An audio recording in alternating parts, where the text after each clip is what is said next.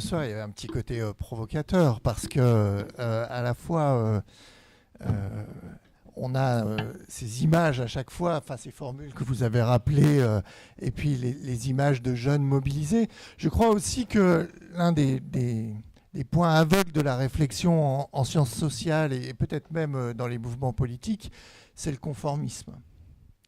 On ne pense jamais à quel point, les historiens et sociologues étudient assez peu finalement le conformisme. On étudie beaucoup la jeunesse qui s'est révoltée contre la guerre du Vietnam. On n'a pas beaucoup pensé aux gens qui soutenaient la guerre du Vietnam, qui étaient pour ou qui trouvaient qui ça posait pas de problème. Et ça, je crois qu'on le voit assez peu et on y pense assez peu. Donc c'est pour ça aussi que les différentes interventions permettent aussi d'interroger cette image d'une jeunesse nécessairement révoltée. Elle n'est pas nécessairement révoltée et c'est aussi quelque part aux militants politiques de provoquer une certaine prise de conscience. Donc, c'est peut-être aussi ce dont vous allez nous parler. Leïla Chaibi, vous êtes donc oratrice nationale de la France Insoumise.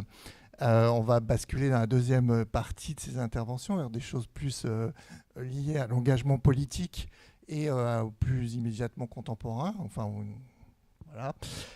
Donc, je vais vous laisser la parole. Votre parcours politique est fait justement d'engagement et d'engagement de cette jeunesse.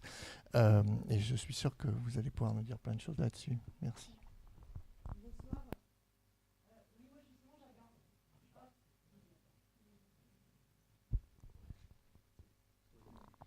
Bonsoir à toutes et à tous. Oui, moi j'avais envie dans mon intervention de reformuler la question de ce soir qui est la jeunesse est-elle révolutionnaire et de se demander dans quelle mesure la jeunesse est-elle révolutionnaire, dans quelles conditions la jeunesse elle peut être révolutionnaire. Donc je vais parler c'est important d'expliquer la position depuis laquelle je parle. Donc comme vous l'avez dit, je suis oratrice nationale de la France Insoumise. Je suis plus jeune parce que maintenant j'ai 35 ans, mais j'ai été pendant plusieurs années militante active, animatrice de collectifs de jeunes de lutte contre la précarité, en particulier une précarité qui touche beaucoup les jeunes, c'est les stages, avec le collectif Génération Précaire, il y a une dizaine d'années. Et j'ai été aussi une des animatrices et fondatrices du collectif Jeudi Noir qui dénonçait et qui se battait contre les difficultés d'accès des jeunes au logement. J'étais il y a plus récemment, il y a 2 ans, une des initiatrices du mouvement Nuit debout. Et puis par ailleurs, jusqu'à il y a 3 semaines, parce que j'ai changé de boulot il y a 3 semaines, mais là pour le coup, du point de vue de mon engagement professionnel, pendant un peu plus de 3 ans, j'ai travaillé en service jeunesse pour la mairie de Gennevilliers, donc en banlieue parisienne, dans des quartiers populaires. J'étais chargée de coordonner des actions liées à la citoyenneté auprès des jeunes de 16 à 25 ans. Donc mon intervention s'inscrit depuis ce point de vue-là. Donc d'abord, quand on se pose la question, dans quelle mesure, comment la jeunesse peut-elle être révolutionnaire ? Là, je compléterai l'intervention de Christophe Ventura et j'irai un peu à rebours parce que c'est vrai que tu as complètement raison. Ça veut dire que quand on pose la question, la jeunesse est-elle révolutionnaire ? Comment la jeunesse peut-elle être révolutionnaire ? On part du principe que la jeunesse, elle existe. Que cette jeunesse-là, elle existe en tant que classe sociale, comme disait Marx à l'époque. Bon, là, c'est pas une sociologue qui parle, hein, tu m'excuseras. On parle de comment ça peut être, en quoi c'est une classe en soi. En quoi la jeunesse est une classe en soi. En quoi elle existe et pour argumenter de ce point de vue-là, juste je rappellerai le fait que la jeunesse elle existe plus en tant que classe en soi, en tant que groupe social, que c'était le cas par rapport à mai 68, tout simplement parce qu'il y a une accentuation de la massification des études supérieures. Et il y a des choses qui peuvent nous permettre, alors je vais dans les gros traits, hein, évidemment, hein, je nie pas le fait qu'il y a des grosses disparités, il y a une grosse hétérogénéité dans la jeunesse, mais si on se pose la question, toujours en se disant comment la jeunesse en tant que groupe peut-elle être révolutionnaire, comment la jeunesse elle existe, bien on constate que il y a la jeunesse est un nouveau temps de la vie. Et que d'abord, ce qu'on constate, c'est qu'il est de plus en plus difficile pour les jeunes d'accéder à l'autonomie, d'accéder à un emploi au marché du travail. Nous, quand on a créé le collectif Génération Précaire, c'était déjà il y a 12 ans, donc c'était il y a un moment. Je pense que depuis, les difficultés se sont accentuées. On partait du constat que quand on arrivait sur le marché du travail, même quand on avait fait des études, alors qu'on nous répétait avant que les études étaient un rempart contre le chômage, contre la précarité, mais là-dessus, je pense que les étudiants qui vont parler après, je suis contente qu'ils soient là ce soir, nous montreront que les choses n'ont pas changé depuis 12 ans. Quand on arrivait sur le marché du travail, on subissait, quand on était jeune, une forme de bizutage social.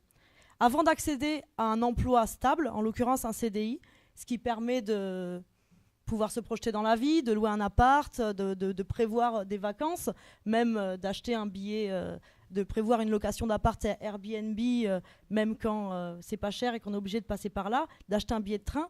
Pour ça, il fallait avoir un emploi stable, un CDI, et que c'était devenu de plus en plus rare, et que toute une partie de la population, même les plus diplômés, devait subir un véritable parcours du combattant pour accéder à un emploi stable, avec des CDD, et avant ça, avec des stages sous-payés où vous avez aucun droit, vous n'avez même pas de contrat de travail. C'est dans ce cadre-là qu'on avait créé le collectif Génération Précaire. Je pense ensuite, quand on a lancé le collectif Jeudi Noir, on était sur la même logique, c'est-à-dire que le parcours du combattant qu'on subissait pour avoir un emploi, une fois qu'on avait l'emploi, c'était le même parcours du combattant quand on était jeune pour avoir un logement. Et ce qu'on constate aujourd'hui, c'est que les jeunes, toujours, sont beaucoup plus touchés par la crise du logement que les adultes, enfin que les plus vieux. Quand on est jeune, déjà, bon, là aussi les étudiants reviendront là-dessus, mais les résidences universitaires sont largement insuffisantes par rapport au nombre d'étudiants.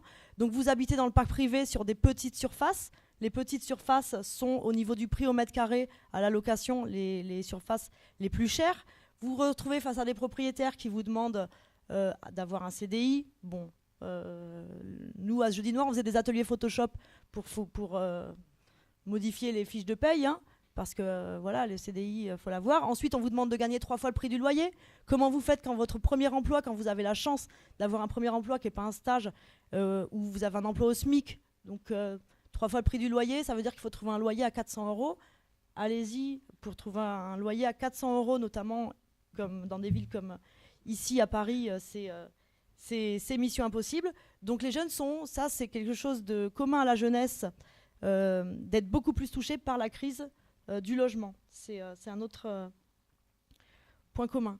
Donc la jeunesse, voilà, en tant que catégorie de la population et on pourrait aussi parler du fait que, étant donné que quand vous êtes jeune, vous n'avez pas connu le droit du travail tel que ont connu ceux qui ont des dizaines d'années ou des années sur le marché du travail, a toujours servi de laboratoire pour les politiques, pour expérimenter des sous-contrats précaires par rapport à la normale.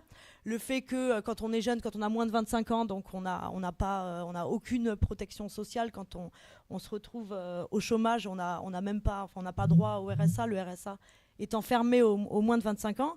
Donc on peut dire que c'est ça qui fait que déjà, là, voilà, on a une classe sociale, on a une catégorie, enfin je dirais pas classe sociale, catégorie de la population qui s'appelle la jeunesse, où il y a une homogénéité, et donc qui nous permet de se poser la question comment cette jeunesse-là, elle peut être maintenant, avec toutes les conditions, par rapport à toutes les conditions que je viens de décrire, comment elle peut être révolutionnaire. Alors, toujours dans le constat, quand on regarde un peu comment se comporte cette jeunesse au moment des élections, on constate là aussi qu'il y a une rupture entre les jeunes, la catégorie des jeunes, et le reste de la population. Les jeunes s'abstiennent massivement. Si on prend les chiffres des dernières élections présidentielles législatives qui ont eu lieu en 2017, on voit qu'il y a moins d'un électeur